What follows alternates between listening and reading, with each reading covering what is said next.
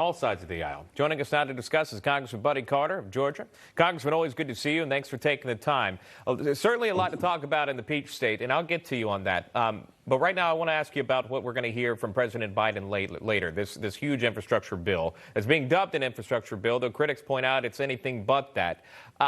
What does the GOP have an issue with inside of this infrastructure bill so far? What are you opposed to when it comes to this proposed plan by President Biden?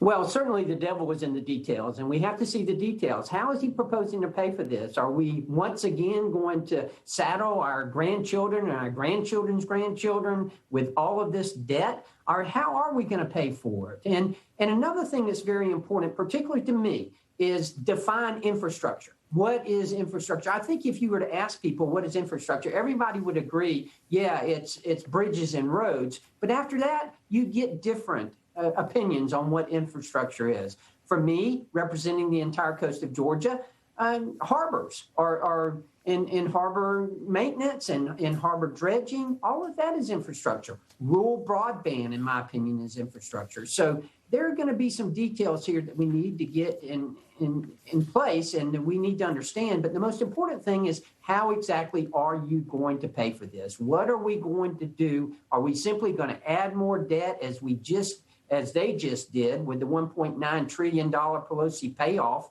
where they were just rewarding supporters of Nancy Pelosi and Chuck Schumer in California and New York? It had nothing to do with COVID. So I think those are some of the details that we're looking to see in the infrastructure package. Well, you talk about how is it going to be paid for, and that brings up the corporate tax hike that would be proposed under that as well, how small businesses would be hurt by this as well. We talked with economist Stephen Moore about it. That is one of the bigger points. A lot of people think it may not affect them, but in the long term, according to the best economists, the top ones in our country, it would. Let's go through some of what's in this bill. We'll start with transportation and just how much money is going to that. $621 billion. Where you and I talked about this, at infrastructure, you think of roads and bridges. So $621 billion of the $2.25 trillion is going to that. That's a quarter of it. But look at this. Something else you talked about, energy. $100 billion going to upgrade U.S. power infrastructure, a little part of the Green New Deal. The next one, communications, $100 billion for high-speed broadband. So it seems as if you dub anything infrastructure and you're good to go. And, of course, housing falls on this as well. $213 billion. That's, again, going towards affordable and sustainable places to live. It really is a lot being dumped into this. I'm just curious on how this makes its way. You could see it going through the House. I'm curious if this even makes its way through the Senate, or are they going to have to use reconciliation, and can they? Well, they can use reconciliation. They've got two more chances to use reconciliation. And, of course, they've already used it for this $1.9 trillion Pelosi payoff, but they do have two more opportunities to use it during this session. So I suspect that it's been floated. The idea's been floated that that's what they want to do. Now, can it still get through the Senate, even with reconciliation? That's a good question, because hopefully we've got some Democratic senators who will understand the importance of making sure that we are fiscally responsible. And I have to tell you that I do believe we've got a couple of Democratic senators who understand that.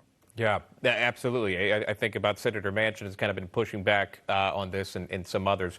All right, let's go to the Peach State for a second. I want to talk about the Georgia laws and what happened with Governor Brian Kemp. Essentially, the biggest change to elections in your state would be a voter ID requirement for absentee ballots. It went up to 25% this last election. You could see it go higher the next midterms possible. Democrats are pushing back against this. They are accused of playing the race card. The Jim Crow era, if you will, was put forward by President Biden, talking about what's happening in Georgia. Where do you stand with this election law change, and do you support your governor in the state? Oh, absolutely. Let me tell you, I applaud the actions of the state legislature, and I applaud the governor for signing this. What we did here was not change the voting rules. What we did was to provide for election integrity. And that's exactly what the responsibility of the Georgia state legislature and of what the governor is. That's what they are charged with doing, and they did that. Anyone who legally voted in November can legally vote in the future, but it will make it tougher to cheat. And that's very important. And that's what the citizens of Georgia were saying. 75% of the citizens of Georgia were saying we need election integrity. We want election integrity. We want safe, we want secure and honest elections that are going to be transparent and that we can have confidence in. Now they have it because the legislature has done their job. I applaud them. I thank them. I could not be any prouder than I am of what this legislature has done, of what this governor has done. All right. Very good conversation to have. And I know the governor, Brian Kemp, is making media rounds trying to explain to people because it gets lost in translation.